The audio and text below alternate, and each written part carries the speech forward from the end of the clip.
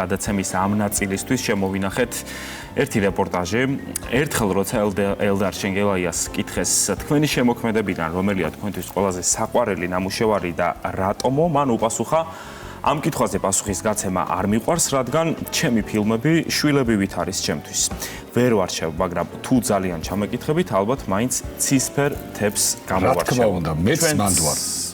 თუმცა, როდესაც ვაუბრობდით იმ 6 ფილმზე, რომლის ჩვენებაც უნდა მოხდეს ეროვნული არტის კინოდარბაზში, თუ ზევით არა, იქვე მაინც არის. ვფიქრობ, რომ 6-ვე არის უნიკალური, შეუდარებელი და მოკლედ, ჩვენმა ჟურნალისტმა კვანცა კილანავამ სიუჟეტი მოგვიბზადა ამ გენიალურ კინორეჟისორზე და ახლა შეგვიძლია ერთად ვნახოთ ეს. ივი ჩვენ ვართ.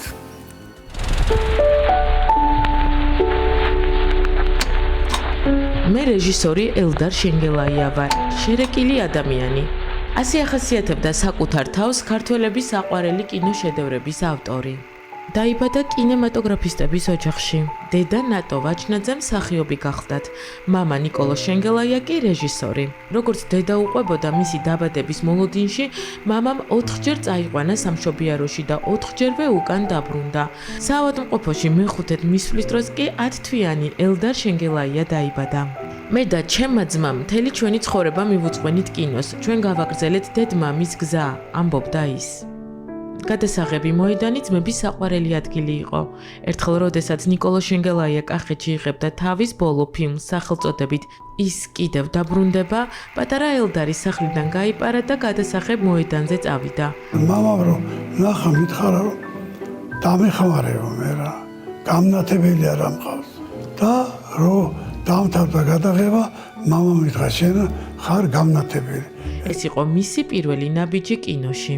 ამ ფილმზე მუშაობის დასრულებიდან მალევე მოულოდნელად ნიკოლო შენგელაია გარდაიცვალა. ელდარი ამ დროს 9 წლის იყო. როგორც თავად იხსენებს, დედამ შვილებს უთხრა, რომ მამას გული გაუსყდა. პატარა ელდარმა კი უპასუხა: გაუკერონ და გაცოცხლდებაო. ნატო ვაჩნაძე ყველაფერს აკეთებდა იმისთვის, რომ შვილებს მამის დანაკლისი არ ქონოდათ. ჩვენთან იყო დიდი პორტრეტი მამასი. დედაჩემი ყოველთვის ასე ამბობდა, რაც კი ხდებოდა, იმის გარშემო ამბობდა, რომ აი მამა ასე იტყოდა, ამას ასე შეაფასებდა და რაღაცნაირი შეგრძნება ჰქონდა ჩვენ ბავშვებს, რომ მამა იყო ჩვენთან. ელდარ შენგელაია ისე გაიზარდა, რომ მამის ფილმები ნანახი არ ქონდა, რადგან თითქმის ყველა აკრძალული იყო, მათ შორის ელისო, 26 კომისარი და ნარინჯის ველი. როგორც თავად გენიალური რეჟისორი ამბობდა, ცელქი ბავშვი იყო, მისი ძმები კარგად სწავლობდნენ, მას კი სწავლა არ უყვარდა. 13 წლის იყო, როდესაც გაბრაზებულმა დედამ უთხრა, თბილისში სკოლაში წაგიყვან და იქ დაგტოვებო. ელდარის სახლის ხვენზე აიპარა და მეგობრებს უთხრა, ლეიბი და ცოტა საჭმელი ამომიტანეთო. ასე გაატარა 3 დღეს ხვენში. მეოთხე დღეს კი მისი უფროსი ძმა დავიდა მასთან და უთხრა, დედა ტირის, ჩამოდი დაელაპარაკეო. როდესაც ჩავიდა, ნატო ვაჩნაძემ გულში ჩაიკრა, მოეფერა და უთხრა: არსად წაგიყვანო. რეჟისორისთვის ნატო ვაჩნაძე რბილი, თბილი და მოსიყვარულე დედა იყო. ის ხალხს გამორჩეულად უყვარდა. მას ქუჩაში სულ აჩერებდნენ. პატარა ელდარს ამ დროს დისკომფორტი ექნებოდა. მას სურდა უბრალო დედა და არა ცნობილი მსახიობი. სწორედ ამიტომ ასეთი რამ მოიფიქრა. როდესაც ქუჩაში დედასთან ერთად გადიოდა, 10-15 ნაბიჯით წინ უსწრებდა. ასე უცნაურად დადიოდნენ დედა-შვილი. დიდ მსახიობს ნატო ვაჩნაძეს არ სურდა, რომ მისი შვილი კინორეჟისორი გამხდარიყო. უთხრა გამოცდასავით მოგიწყობ, წაგიყვან დოდო ალექსიძესთან და მან გადაწყვიტოს შეძლებ თუ არა რეჟისორობას. 1 წლის შემდეგ კი ბატონმა დოდომ მსახიობს უთხრა, თქვენი შვილი ძალიან ნიჭიერია, მიეცით საშუალება ჩააბაროს სარეჟისოროზე. დედა-შვილი ერთად წავიდა მოსკოვში. და დედას უთხრა, რომ იცი რა, გამოცდებზე რომ იქნები, შენ რომ მოხვიდე, მე იმ წუთში წავალ მეთქი. იმიტომ რომ მე არ მიდოდა რომ ეს რაღაცა მისი პროტექციით გაკეთდა. და ეს ბიჭი მოვიდა და მითხრა რომ იქო ვიღაცა ქალი დგასო და გიცდისო. გამოვიდა და დედაჩემი დგას.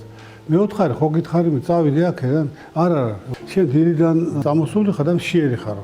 აგერ წავიდეთ, რაღაცა შეჭამ და მე წახვალ და ჩააბარებ და მე იქ მოსვლელი რა. ნუ კაი მეთქი და წავედით. მე ვხედავ რომ მოაქვს საჭმელი და არა. ძალიან გამიკვირდა რომ დედაჩემი დალეს არ აქვს, არასდროს არ მინახია ეგ. და დედა მეუბნება, იცი რა, შენ უნდა დალიო ეს. იცი რატო ეს რაღაცა გამოცოცხლება იქნება და შენ კარგად ჩააბარებ გამოცდებს. მართლაც ეგრე მოხდა, ჩააბარე კარგად.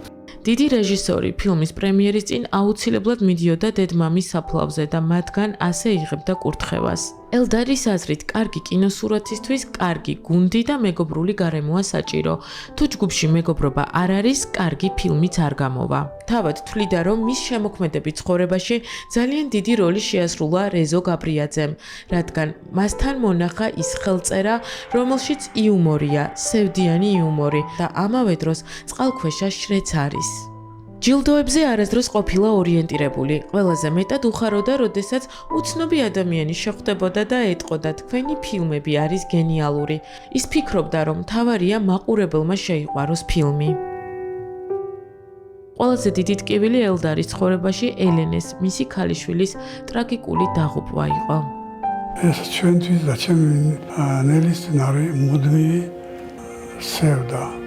წამს რომ ის არის ღვთისმშობელთან. იმიტომ რომ აბსოლუტურად უმანკო ადამიანი იყო. ცისფერი მთები უძღვენი მას. მე მორწმუნე ადამიანი ვარ. დამჯერა რომ ვინც ხილსა იმისა რომ იყო სასოფლო იქნება. აზრი არ აქვს ცხოვრებას. თუ შენ საყვარელ ადამიანებს სულს არ შეხვდები სასოფლოში. თუ იქ იქნება საშუალება, მე გავაგზავნებ კინოს გადაღებას.